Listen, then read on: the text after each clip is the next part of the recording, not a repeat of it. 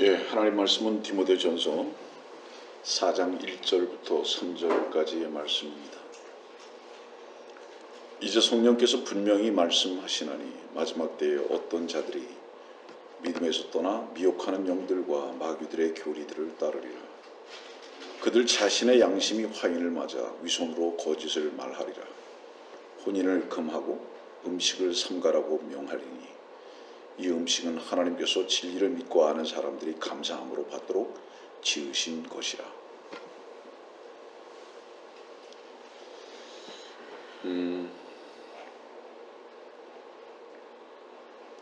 개는 태어나면서부터 옷을 입지 않았습니다. 하기 때문에 개에게 위선은 없습니다.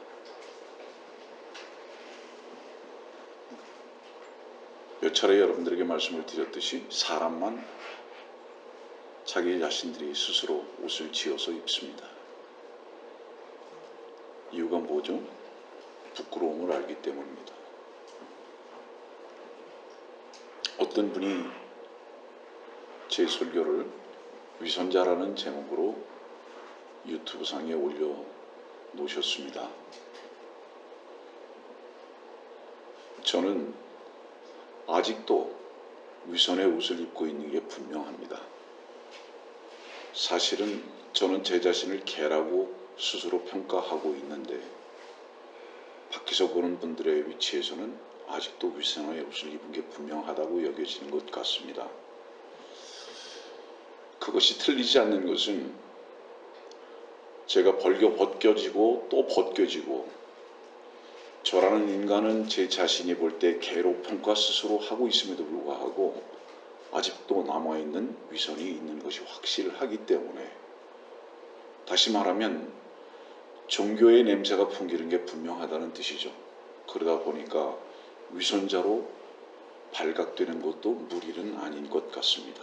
그러나 저는 많은 사람들과 종교인들로부터 제 옷이 많이 벗겨지고 있음에도 불구하고 그 벗겨진 것으로 인해서 부끄러움을 갖기보다는 자유함과 은혜의 누림에 감사함으로 살아가고 있음에 이게 아이러니가 아닌가 생각합니다.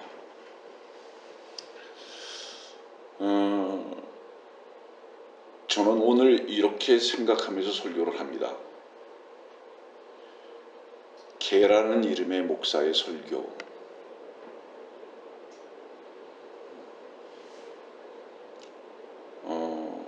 여러분들 성경에서 한번 저주라는 단어를 찾아보세요. 이 저주라는 단어는 반드시 어디와 연결되느냐 하면 선악과와 연결되고 율법과 양심의 요구에 대해서 말씀하고 계신 것을 알게 됩니다. 그 가장 대표적인 것이 무엇이냐면 갈라디아서에는 우리들에게 뭐라고 말씀하시냐면 이렇게 말씀하시죠. 여러분들이 이미 프린팅을 드렸지만은 한 가지 좀 읽어드리겠습니다.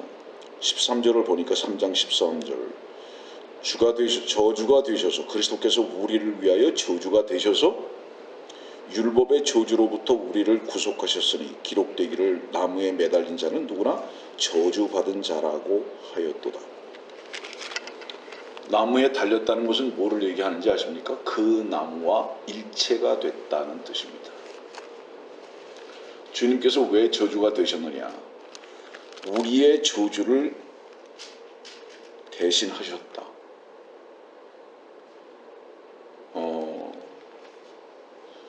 언제부터 이 저주가 왔느냐? 창세기 3장을 지난번에 제가 설교를 했습니다. 좀 다른 측면에서 여러분들에게 소개할게요. 로마서 7장을 아는 사람은 로마서 5장을 확실히 개인적으로 믿은 사람입니다.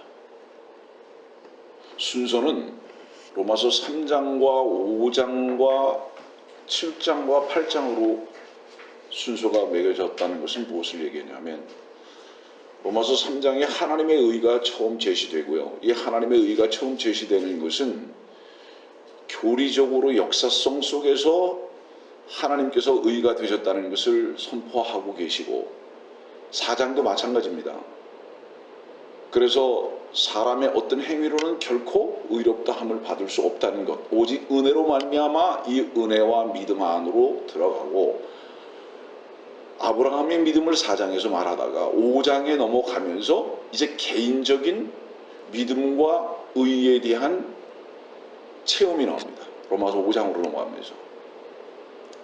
그래서 로마서 5장에서 비로소 개인적인 믿음과 의에 대한 체험을 하고, 그리고 난 다음에 7장에 넘어가서 어떤 일이 생기냐 하면, 여러분들이 너무 잘 아는 것과 같이 오라 나는 비참한 사람이로다 이렇게 나옵니다. 순서가 이렇게 되거든요. 나는 비참한 사람이로다. 잠깐 소개할게요. 사도 바울이 왜 구원을 얘기하고 개인적으로 확신을 하고 난 다음에 왜 7장에 넘어가서 비참한 사람이라고 선포하죠? 제가 생각할 때는 순서적으로 볼 때 로마서 2장 정도에서 그것을 선포해야 하는 것이 아닌가. 비참한 사람은 로마서 2장 정도에서 제시되어야 하지 않는가. 그런데 왜 구원을 받고 7장에서 비참한 사람이 제시되는가? 막 살았기 때문인가, 사도 바울이? 윤리 도덕적으로 막 살았기 때문에 비참한 사람이라고 고백하고 있는가? 아닙니다. 로마서 7장에서 사도 바울이 자기 자신을 오라 나는 비참한 사람이라도 왜 이렇게 선포하고 있냐면, 구원을 받고 그리스도께서 그 마음 안에 의가 되셨음에도 불구하고 자기 자신의 힘과 노력으로 의롭게 되려고 하고 선을 이루어 가려고 하고 악을 거부하려고 하는 내 안에, 사도 바울 안에 다른 것이 있는 걸 아는 거예요. 죄의 법이 자기 자신을 사로잡아 가는 바로 이것. 이 죄의 법이 뭔지 아세요, 여러분들? 이게 율법의 법이에요. 이 저주의 법이에요. 자기 자신이 무엇인가 이루려고 하는 바로 그것을 말하는 것입니다. 그래서 사도 바울이 로마서 7장에서 오호라 나는 비참한 사람이로다라고 고백했던 그 이유는 그가 엉망으로 사는 것에 대한 그것을 보고 비참하다고 말하는 것이 아니라, 아직도 예전에 비참한 상태, 율법 아래에 있을 때, 유대교를 믿었을 때 그 열심을 자기가 아직도 가지고 살아가려고 하는, 선악을 알게 하는 나무에 붙들려 있는 이 비참한 모습을 자기가 보게 되고 있다 이 말입니다. 그러다 로마서 8장에 넘어가서 드디어 이제 뭐예요? 이게 실제로 비참한 위치에서 자기 자신이 발견하다 보니까, 다시 말합니다, 엉망을 가지고 말하는 게 아니에요. 투쟁입니다. 선하고자 하는 투쟁, 의로우고자 하는 투쟁, 악을 멀리하고자 하는 처절한 싸움. 그래도 여전히 그것을 하고 있더라 이 말이에요. 구원받고 난 다음에 주님께서는 이 모든 것으로부터 나와 여러분들과 사도 바울까지 속량하셨는데, 여전히 그 속량한 것을 은혜로 누리지 못하고 내 스스로 그 죄의 값을 거부하고 치르려고 하는 이런 노력을 하고 있더라 이 말입니다. 이것에 대한 비참함을 말하는 거예요. 그러다가 로마서 8장에 가보니까 이제 뭐지? 그리스도 예수 안에 있는 자는 결코 정죄함 없다. 무엇을 가지고 싸운 거예요? 이러니까 죄지, 이러니까 아니지, 이것 가지고 싸웠다는 얘기예요. 즉 자기가 아니라 그리스도 예수 안으로 들어가 보니까 이제는 정죄함이 없는 거더라. 밖에 있었어요. 그리스도 안에 있지 않아요. 자기 안에 있었다 이 말이에요. 여전히 자기가 싸움을 하고 있었다 이 말이에요. 선악과 선과 악을 가지고 싸우고 있었다 이 말이에요. 그리고 난 다음에 이제 로마서 8장으로 넘어가면서 뭐가 제시되죠? 최초로 생명의 성령의 법이 죄와 사망의 법에서 해방했다. 이제 뭐예요? 해방했다는 건 뭐예요? 이제 됐다 이 말이에요. 이제 실제로 사도 바울은 로마서 7장에서 비로소 종교인의 옷을 벗어버립니다. 그리고 생명의 성령의 법으로 넘어갑니다. 그 전까지는 로마서 7장을 보세요, 여러분들. 무슨 법이 있었나? 그 얘기는 율법의 법, 양심의 법. 아직도 그 법이 있는 거예요, 그 속에. 근데 이제 로마서 8장으로 넘어가면서 생명의 성령의 법으로 진리와 자유함 가운데 풍덩 빠져버립니다. 비참한 사람, 여러분들은 어디서 발견합니까?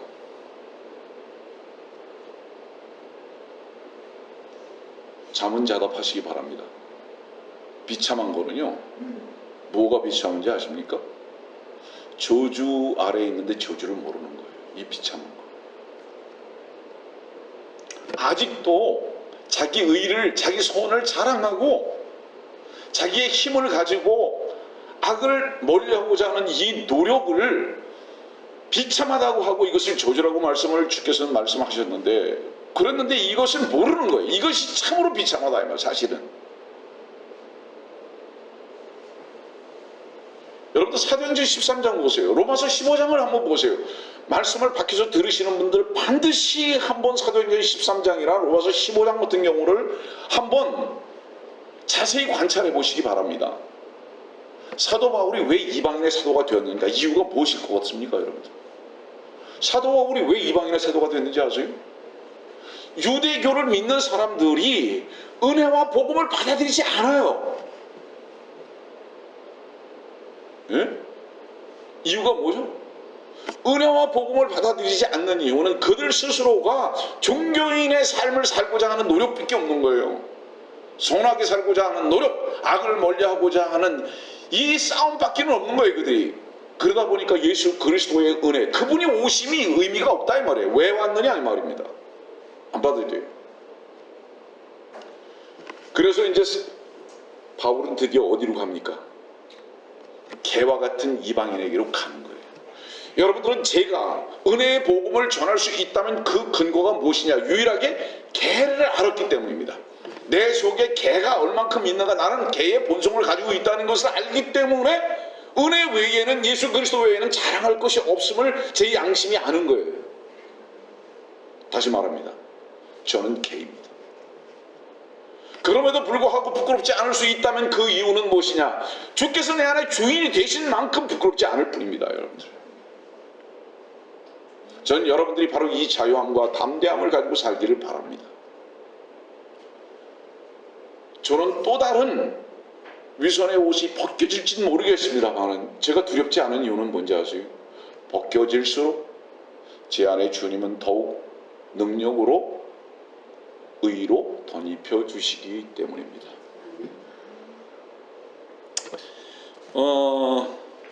자, 지난번에도 잠깐 소개했지만 또 말합니다. 우리 창세기 3장을 한번 볼게요. 창세기 3장 봅니다.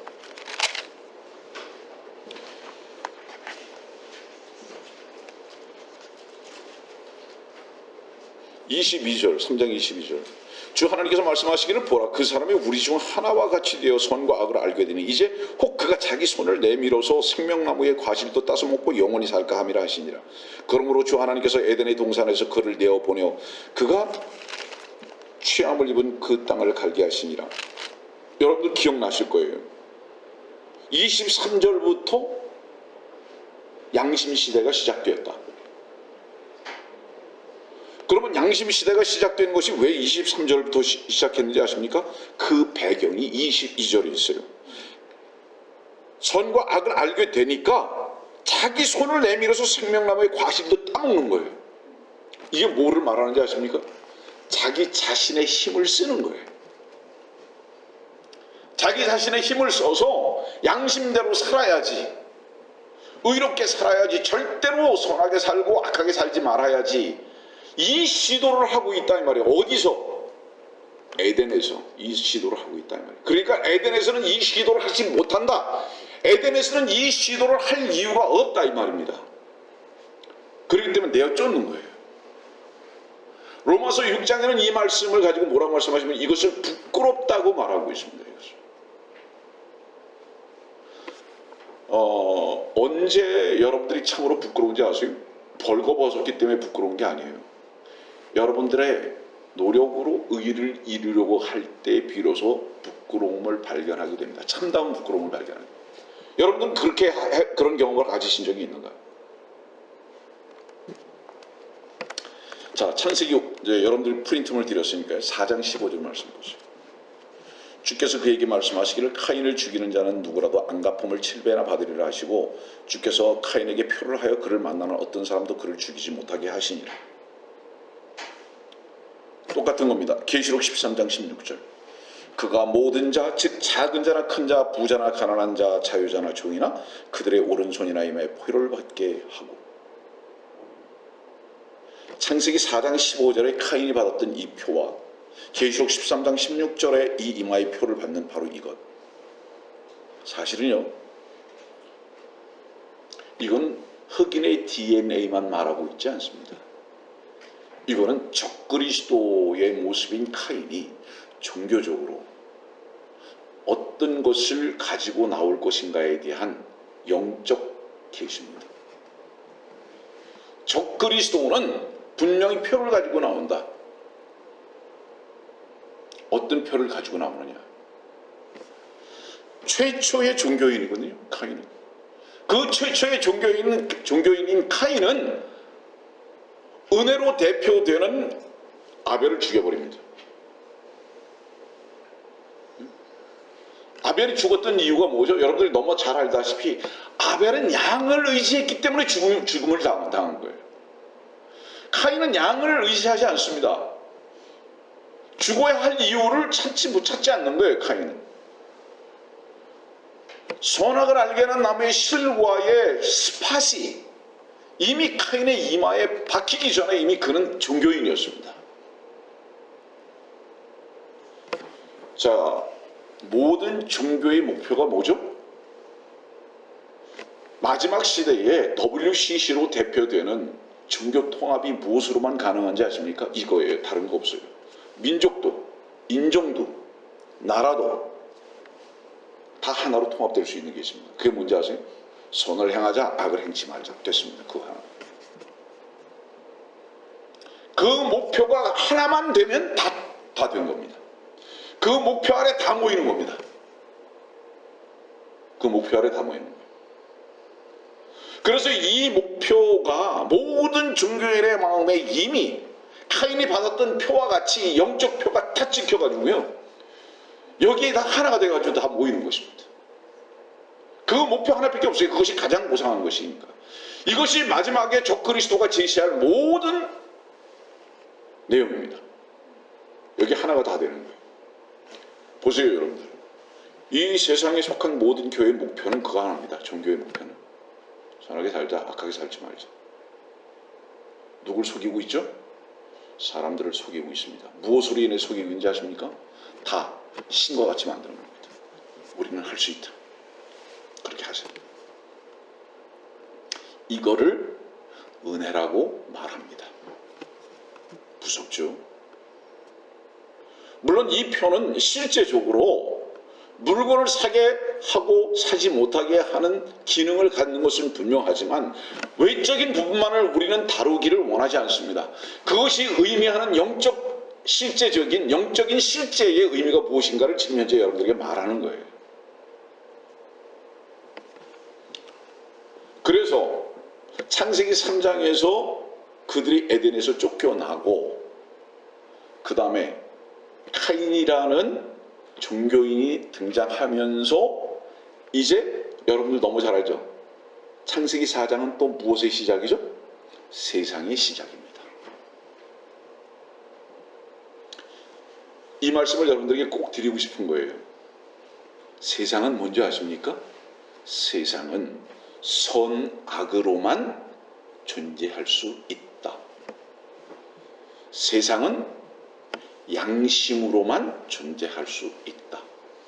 그래서 에덴에서 그들을 내어 쫓은 이유는 뭐냐면 에덴은 이것이 죄인 줄을 알게 하는 것이고 이것이 바로 저주인 것을 알게 하는 것이고, 왜냐하면 여러분들 보세요.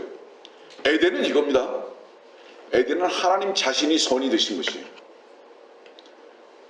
에덴으로의 사도행전을 말씀하고 계신 회복이라는 그것은 무엇을 말하는지 아십니까? 이거 다른 거 없어요. 에덴은 하나님의 절대적 권위와 그 피조물 안과 밖에 그 절대적 권위 외에는 없다. 이걸 말하는 거예요.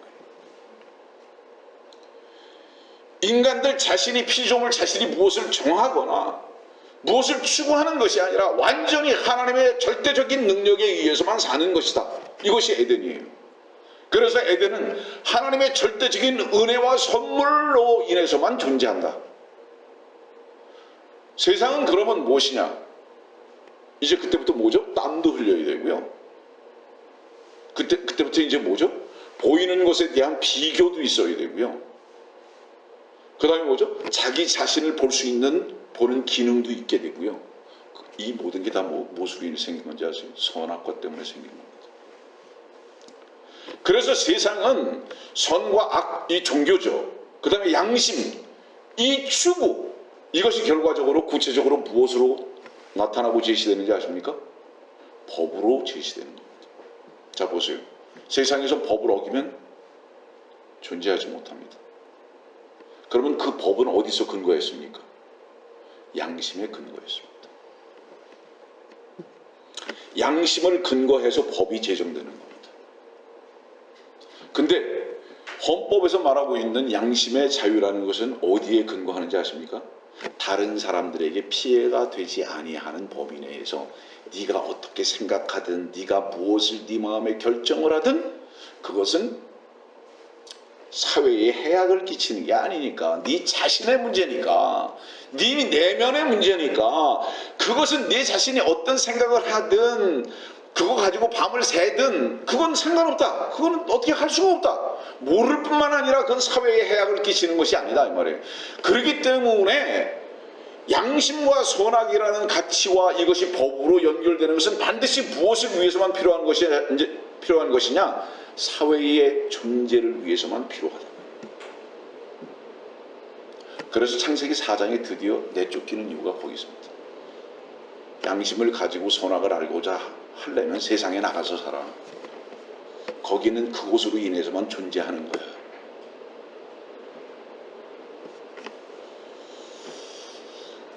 하나님 앞에서 사는 자들은 오히려 그게 뭔지 아십니까? 저주입니다. 세상에 살지 아니하고 하나님 앞에 사는 자들은 오히려 그것이 저주예요. 왜 산으로 갔는지 아세요? 불교가 왜 산으로 갔는지 아세요? 세상에서요 타협 안 하려고 이제 몸부림치는 거예요. 그 타협을 안 했어요. 타협을 안 했는데 세상 사람들과 구분되게 옷을 입고요 고행을 하는 거예요. 그래서 그거를 최선을 다해서 했는데 내면의 문제는 해결이 안 되는 거예요. 그러다 보니까 차라리 세상을 떠나자. 세상을 떠나서 보이는 것 들리는 것으로부터 차단해서 내 내면을 한번 자유롭게 해보자. 그래서 산으로 가는 겁니다. 그랬는데 거기서도 어때요? 여전히 목탁을 두드리고 있지만은 산에서 그래도 내면의 소리에 자유로움을 갖지 못하는 거예요. 그래서 어느 순간 해탈이라는 게 뭔지 아십니까? 자기 소리를 끝내버려요. 그런데 여러분들, 해탈은 자기 소리를 끝내지만 그리스도께서는요 양심의 저주에서 여러분들을 자유케 하시고 해방하게 하신 것으로 끝내지 아니하시고 생명의 성령의 법을 여러분들에게 은혜와 선물로 주셨던 것입니다. 그래서 우리는 무능력한 자로 끝나는 것이 아니라 그리스도의 능력으로 사는 법이 우리 안에 있어서 그분만이 나의 모든 삶의 능력이시다는 것을 입증하면서 살아가게 되는 삶을 살아가는 겁니다.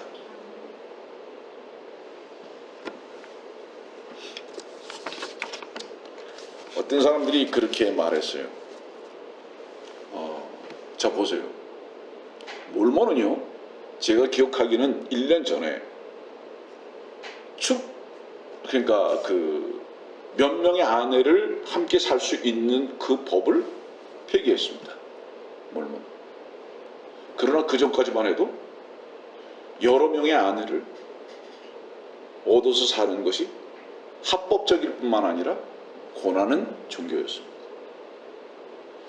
그 다음에 어때요? 중동의 모슬림도 마찬가지입니다. 그 다음에 우리 대한민국도 마찬가지예요. 2조 마련까지만 하더라도 축접제도는 일종의 자랑이었습니다. 자 보세요. 몰몬 모슬렘 이주 시대 때 그러한 일들이 그들의 양심에 문제가 됐을까요? 답변해 보세요. 양심에 갈등이 안 됐어요. 이유가 뭔지 아십니까? 종교와 사회의 풍습은 이만큼 사람들을 묶어버립니다.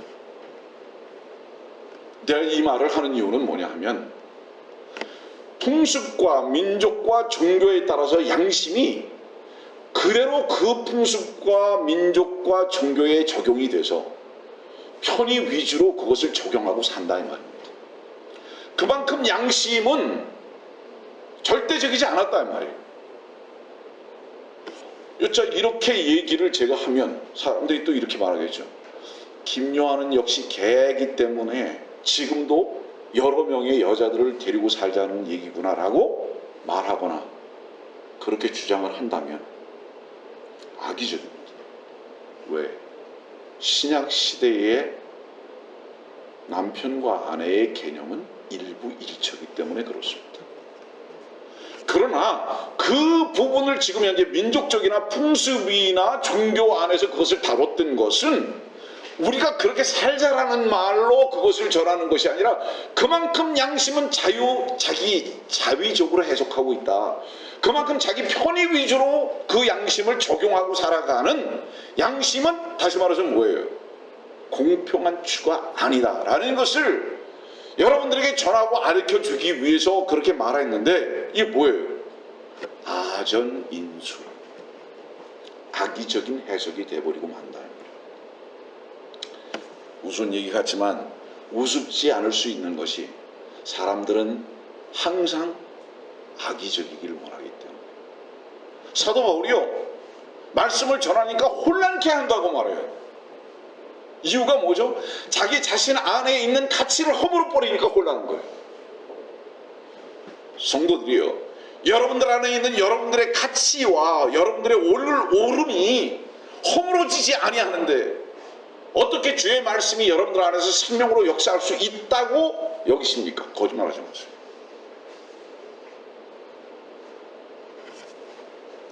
저도 개가 되지 않으려고 무척 몸부림쳤던 사람입니다. 저도 위선자의 옷을 입으려고 양파 껍질보다 더 많은 옷을 입었던 사람이에요. 하나님께서는 결코 허락지 않으셨습니다. 전 옷 벗기를 지금도 싫어합니다. 그러나 하나님께서는 어떤 사람과 환경과 상황 속으로 저를 몰고 가셔서 날마다 옷을 벗겨버리십니다. 옷을 벗기실 때마다 저는 악소리가 나지만은 그러나 여전히 옷을 벗기시는 이유는 무엇이냐?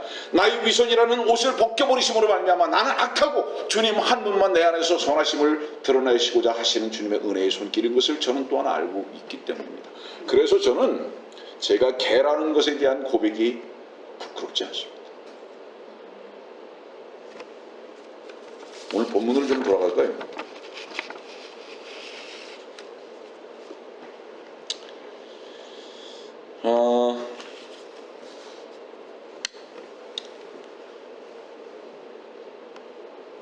오늘의 말씀의 중심은 양심이 화인을 맞아 그렇습니다. 양심의 화인을 맞아. 여러분들 이 양심의 화인을 맞는 것은요 불도장이 찍힌 거죠. 오늘 여러분들에게 처음에 말씀드린 말씀과 무엇이 생각나지 않아요?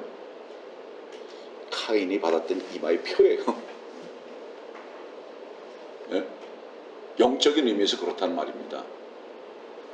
네? 누가 양심의 화인을 맞은 자인지 아세요? 막 살자 괜찮다 천만에요. 양심의 화인 맞지 않았어요. 그런 자는 양심의 화인을 맞은 자는 어떤 자가 많은지 아세요? 자 잠깐 주목하세요. 양심의 근거와 이유가 뭐였어요? 율법이 왜 주어졌어요? 죄를 더하기 위해서. 여러분들 안에 양심의 기능은 무엇 때문에 시작됐는지 아세요? 본질로 다시 돌아가는 거예요. 명심하세요. 본질로 돌아가 보세요. 양심을 여러분들에게 주어진 것은요, 창세기 3장에 죄의 결과였어요. 네 속에 뭐가 있는지 아냐? 선악과가 있어. 그래서 양심의 기능은요, 우리로 하여금 그대로 살라고 주신 것이 아니라 우리 속에 저주가 있음을 알게 하시기 위해서 양심 주셨다 이 말이에요. 하나님께서 우리들에게 주신 원래의 그 기능과 하나님께서 우리들에게 주셨던 그 이유를 완전히 망각해버린 것이 양심의 화인 맞은 것입니다. 양심의 화인 맞은 것은 무엇이냐 이겁니다. 양심의 소리대로 살고자 하는 바로 그 추구가 양심의 화인 맞은 것입니다. 하나님께서 양심을 우리들에게 주셨던 그 원래의 위치와 이유를 완전히 잊어버린 것입니다. 그 기능이 무엇인지를 완전히 몰라버린 거예요. 다시 말합니다. 하나님께서 모든 사람들에게 양심의 기능을 주신 이유는 무엇이냐? 모든 사람이 저주와 죄 아래에 있다는 것을 알게 하셔서 모든 사람이 주님의 사랑을 받고 생명에 이르게 하시기 위한 하나의 과정으로 주신 것이다 이 말이죠. 그런데 누가 양심에 화인 맞았냐? 막 사는 자? 어떤 놈이 막 살라고 하느냐? 도대체가 막 사려고 하는 자는 아무도 없습니다. 다 인간은 어떻게 살기를 원하는지 아세요? 다 화인 맞았기 때문에 선하게 살아야지 악하게 살지 않아야지. 다시 말하면 뭔지 아세요? 모두가 다 화인 맞았습니다. 이 영적인 말씀을 드리는 거예요. 영적인 의미에서. 그래서 누가 화인 맞았냐? 양심대로 살지 않는 자 혹은 양심대로 살 수 없다라고 말하는 자가 화인 맞은 게 아니라 양심대로 살아야지라고 말하는 바로 그 가치를 가지고 그것을 선포하는 자가 바로 양심에 화인 맞은 자다.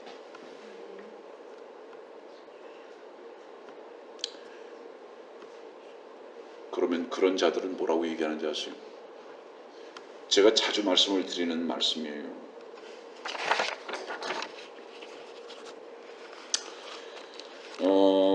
마태복음 7장의 말씀 보세요. 참 이 말씀이 여러분들에게 자주 전하지만은 너무 오해가 되고 있기 때문에 오늘도 잠시 전합니다. 마태복음 7장의 말씀을 보면요, 이렇게 말씀하시잖아요. 15절에 거짓 선지자들을 조심하라. 그들은 양의 옷을 입고 너에게 나오나 속은 약탈하는 일이더라. 뭐가 약탈하는 일이고 양의 옷을 입고 나오지만 속은 약탈하는 일이다. 이게 뭔지 아세요 여러분들? 이런 말씀조차도 전부 다 자의적으로만 해석하는 거예요.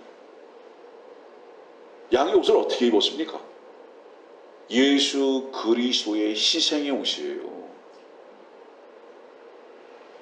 예수 그리스도의 희생의 옷이에요. 그럼 뭐예요? 그분이 희생될 때 그 자신의 행동으로 인해서 희생되신 거예요. 어떤 행동으로 인해서 희생되신지 아세요? 선하게 살고자 하는, 악하게 살지 않으려고 하는 그 위선된 행동 때문에 주님께서 죽으셨다 이 말이에요. 그것 때문에 주님께서 저주가 되셨다 이 말입니다. 그런데 그것을 옷을 입었어요. 뭐죠? 나는 의롭게 됐다. 누구로 인해서? 이 한 마리의 양으로 인해서 의롭게 됐다 이렇게 말을 하면서 사실은 무엇을 전하는지 아세요? 야, 너희들 자신이 선하게 살아. 너희들 자신이 악하게 살지 마.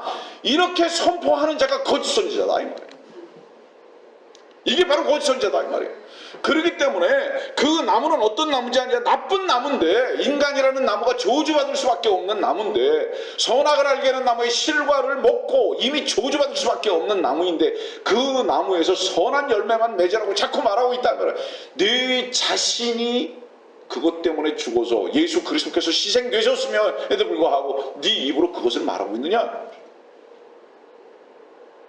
이게 약탈하는 일이에요. 저는 오늘 밖에서 말씀을 들으시는 분들과 여러분들에게 이렇게 감히 말합니다. 오늘의 설교에 도전하라. 오늘의 설교를 비평하라.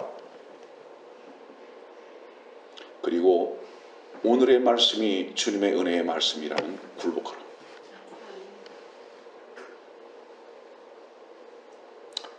이것이 거짓 선지자들입니다.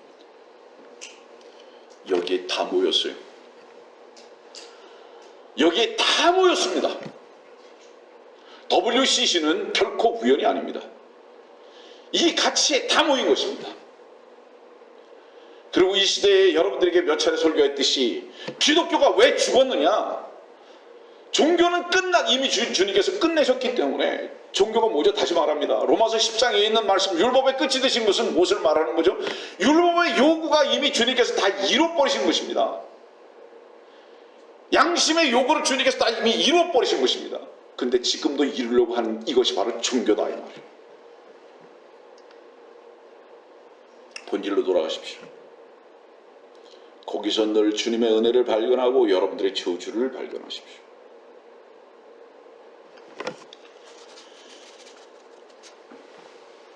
본문으로 넘어갑니다. 미혹하는 영들, 마귀들의 교리들, 그거 따른다고. 마지막 때, 이 마지막 때 뭐죠? 여러분들 너무 잘 알다시피 라오디게아 교회 시대 때, 교회의 마지막 때. 그때 어떠냐? 믿음에서 떠났다. 본문에 충실하십시오. 어떻게 믿게 되었죠? 무엇을 믿게 되었죠? 주께서 모든 것을 이루신 것입니다. 여러분들의 요구를. 주께서 의가 되신 것을 마음으로 받아들인 것입니다. 아브라함의 자녀가 됐던 것은 행위로 인해서 된 것이 아니라 믿음으로 말미암아 불경건한 자를 의롭다고 하시는 바로 이 의롭다고 하심의 선포에 여러분들이 아멘됐기 때문에 이 믿음에서 떠나버렸어요. 누구를 여러분들을 꾀었느냐? 갈라디아 교회에 말씀하셨잖아요. 자, 갈라디아 3장 1절 말씀 보죠. 오 어리석은 갈라디아 사람들아, 예수 그리스도께서 너희 가운데에서 십자가에 못 박히신 채로 너희의 눈앞에 분명히 제시되었는데 너희가 진리에 순종하지 못하도록 누가 너희를 미혹하더냐? 미혹이 뭐죠? 너무 그럴듯해요. 이 미혹은 그림자입니다. 참 형상이 아니에요. 이 미혹은 가짜입니다. 가짜와 진짜를 여러분들 어떻게 구분할 수 있죠? 가짜와 진짜 어떻게 구분하는지 아세요? 우선 이것부터 인정하셔야 돼요. 나는 가짜와 진짜를 구분할 줄 모른다. 왠지 아세요? 내 자신이 거짓된 자고 내 자신이 어둠에 속한 자기 때문에 어둠과 거짓이 어떻게 참을 구분할 수 있겠는가? 이것부터 인정하세요. 그래서 나는 거짓과 참을 전혀 구분하지 못한다. 그럼 우리 속엔 무엇만 있는 거예요? 이미 미혹이 있는 겁니다. 인간 속에는. 다시 말하면 무엇만 참으로 여기는지 아세요? 내 속에 인정하고 내 속에 좋다고 생각하는 것만 참으로 여기는 것입니다. 여기 전부 다 미혹됐다. 무엇가 참이냐? 무엇가 거짓이냐? 내가 참으로 여기는 나의 옳은 행동. 여기 전부 다 쏘가버렸어요. 마귀들의 교리들을 따르리라. 그들 자신의 양심이 화인을 맞아. 말씀을 조금 주의하십시오. 양심이 화인을 맞아 위선으로 거짓을 말하리라. 거짓말을 하는 걸 말하는 게 아니에요. 성경에서 거짓말하고 거짓을 말하는 거는 달라요. 여기는 지금 거짓말을 한다고 그러지 않고 거짓을 말한다고 말하죠. 거짓말을 하는 것은 자기를 세우려고 하는 거예요. 자기 손해 안 보려고 하는 거예요. 사람들에게 인정받으려고 하는 거짓이에요. 거짓말을. 근데 여기서는 거짓말을 하는 게 아니라 거짓을 말하는 거예요. 이 거짓을 말하는 것은 최초에 언제 말했는지 아세요? 창세기 3장 1절에서 말한 거예요. 뱀 사탄이. 어떤 말을 했는지 아세요? 선악과를 먹으라고. 그것은 너로 신이 되게 할 거라. 그리고 긍정적인 설교를 했죠. 세상 모든 것을 보고 얻을 수 있도록 끌고 갔죠. 이 거짓을 말하는 겁니다. 교리적으로 잠깐 말할게요. 양심이 화인을 맞아. 이것은요, 정확하게 말씀드릴게요. 막 사는 것을 말하는 게 아니에요. 야, 우리 막 살자. 양심이 이제 끝났다. 막 살자. 이것을 말하는 것이 아니라 거짓을 말하는 것입니다. 교리적으로 두 가지예요. 하나는 캐톨릭의 교리와 순복음의 교리입니다. 은사주의의 교리. 또 하나는 뭔지 아세요? 안식교의 교리입니다. 여기 보세요. 혼인을 금하고 어디서 보는지 아세요? 캐톨릭에서 봅니다. 음식을 삼가라. 안식교에서 봅니다. 이것은 지나친 율법주의입니다. 혼인을 금하라. 그리고 말씀 잘 보세요. 혼인을 금하고 음식을 삼가라고 권합니까? 명합니까? 명한다. 법으로 정해버려요. 자, 여러분들 고린도 보세요. 고린도 교회 사도 바울이 편지한 거 보세요. 혼인에 대해서 뭐라고 말했죠? 명령했습니까? 권면했습니까? 사도 바울은 결혼하지 말라고 명령하신 적이 없어요. 받을 만한 자는 받으라. 권하는 거예요. 여러분들, 저도 그렇습니다. 받을 만한 자는 받으라. 마지막 때이다. 그러나 그거는 권할 수 있는 것이지 명령할 수 있는 것은 아니다. 이게 명령이잖아요. 명령. 교리로 이게 딱 정해버렸다 이 말이에요. 사도 바울이 고린도 교회 편지하기도 그렇게 권했는데, 진정 마지막 교회 시대 때인 지금 어떻게 사도들이라고, 아니 어떻게 목사들이라고 하는 자들이 결혼만 반드시 하라고 말할 수 있겠습니까? 안 그럴 수 있다면 안 그러는 것이 더 좋다. 그렇다고 해서 결혼하는 것도 죄가 아니다. 됐습니까 이제? 그렇게 말하는 거죠.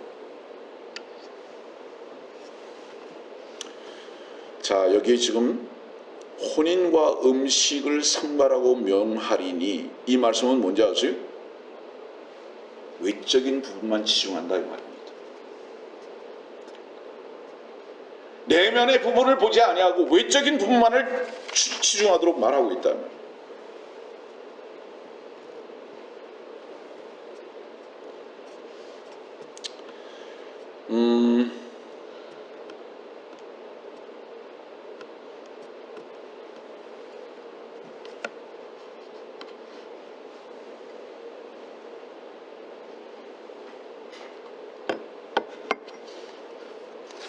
여러분들에게 프린트물 드린 것 중에서 고린도후서 11장 13절 봅시다. 그러한 자들은 거짓 사도들이요 기만하는 일꾼들이요 자신들을 그리스도의 사도들로 가장하는 자들이요. 데살로니가 후서 2장 11절. 이로 인하여 하나님께서 그들에게 강력한 미혹을 보내시어 거짓말을 믿게 하시면.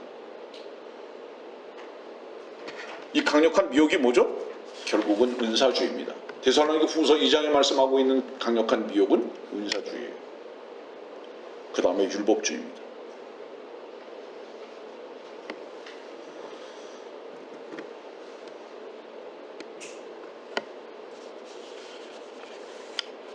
말씀을 정리하겠습니다. 화인 맞은 양심. 막 살자? 아닙니다.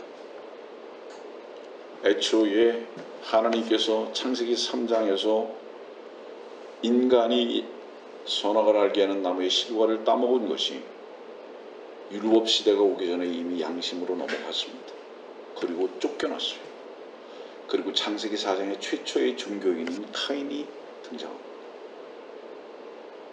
모든 종교의 시작점은 양심입니다. 선악이에요. 양심의 화인 맞자, 이것은 뭐를 얘기하냐? 종교의 저주를 모르는 것입니다. 종교인이 돼버리고자 하는 추구입니다. 이것이 양심의 화에 맞은 거예요. 다시 간단하게 정할게요. 양심의 기능은 그대로 살자가 아닙니다. 살 수 없습니다. 그거 알게 하시기 위해서. 하나님 앞에 항복해 본 적이 없는 사람들만 있습니다. 항복 어떻게 하죠? 두 손을 못 박혀야 되는 거예요. 예? 항복은 두 손을 못 박혀야 되는 거라고요. 주께서 십자가를 지실 때 우리 대신 항복하신 바로 그분, 무엇에 대한 항복이셨는지 아십니까? 우리 안에 양심의 기능에 대한 항복이었습니다. 저는 이것 때문에 죄인인 것을 알고 저주를 합니다. 이것 때문에 마땅히 죽어야 할 존재입니다. 이것 인정하는 겁니다. 이것에서 죄를 발견하고 주님 앞에 항복한 자들, 저는 도저히 이대로 살 수 없습니다 속에서 죄를 발견한 사람들, 이 사람들이 그리스도를 얻는 것입니다. 구원을 얻었다면 지금도 여러분들은 사도 바울의 길을 따라서 똑같이 고백해야 됩니다. 오호라 나는 비참한 사람이로다. 여러분들은 이런 고백을 하는 과정을 거쳤습니까? 지금 어디에 계십니까? 여러분들은 성령의 생명의 성령의 법을 아십니까? 아니면 여러분들 안에 양심의 법으로 사십니까? 은혜를 아십니까? 하나님의 선물을 아십니까? 주께서 왜 죽으셨죠? 사도 바울이 왜 핍박을 받았습니까? 양심주의자들 때문에. 율법을 지켜 행하는 바로 그것을 자랑하고자 했던 자들로 인해서 저주가 되셔서 죽으셨습니다. 주께서 십자가에서 저들이 하는 것을 알지 못한다고 말씀하셨던 이유가 뭔지 아십니까? 너희들의 그 자랑 때문에 내가 죽고 있는데 너희들은 모른다. 여전히 너희들은 그것을 지금도 자랑으로 여기고 있다. 양심주의자들에게 뭐라고 말씀하시는지 아십니까? 너희들이 하는 것을 지금도 모르고 있다. 너희들이 정말로 죽어야 할 존재인 것을, 마땅히 저주 아래 있다는 것을 그 양심의 요구 속에서 안다면 그대로 살려고 하는 노력을 할 것이 아니라, 아, 나는 비참한 자구나, 나는 저주받은 자구나 라는 것을 고백하게 될 것이다. 항복하게 될 것이다. 그리고 네 안에 그리스도의 사심이 무엇인 줄을 아는 삶을 살 것이다. 성도들이여, 은혜를 아셨습니까? 주님을 자랑하는 것이 무엇인 줄 아셨습니까? 저주와 복음이 무엇인 줄을 정말 아셨습니까? 저주를 모르는데 어찌 복음을 알겠습니까?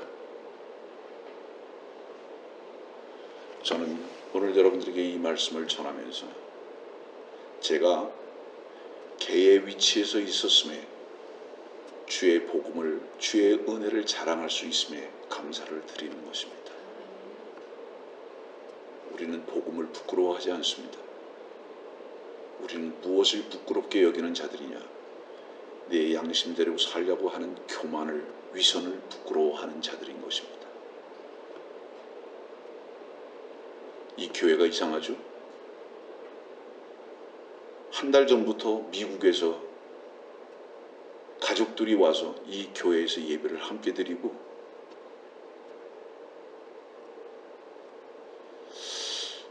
왜 미국에서부터 가족들이 와서 예배를 함께 드릴 수 있는 교회가 됐죠? 이 작은 교회에? 왜 그곳으로부터 이곳으로 오게 되죠? 복음을 듣기가 매우 힘들고 어려운 종교에만 묶여버린 교회 아닌 교회들만 있습니다. 복음을 자랑하십시오. 성도들의 삶의 위치는 독특한 것입니다. 여러분들은 그 독특함을 어디서 찾으실 수 있습니까? 무엇으로 인해서 여러분들은 거룩함을 발견할 수 있으십니까? 오늘의 말씀에서 여러분들의 위치를 말씀 가운데 발견하시기를 바랍니다.